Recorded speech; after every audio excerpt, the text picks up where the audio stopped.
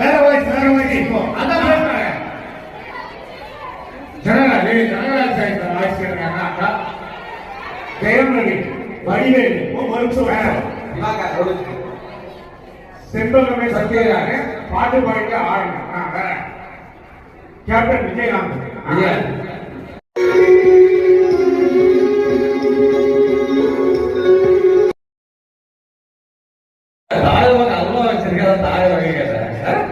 Super.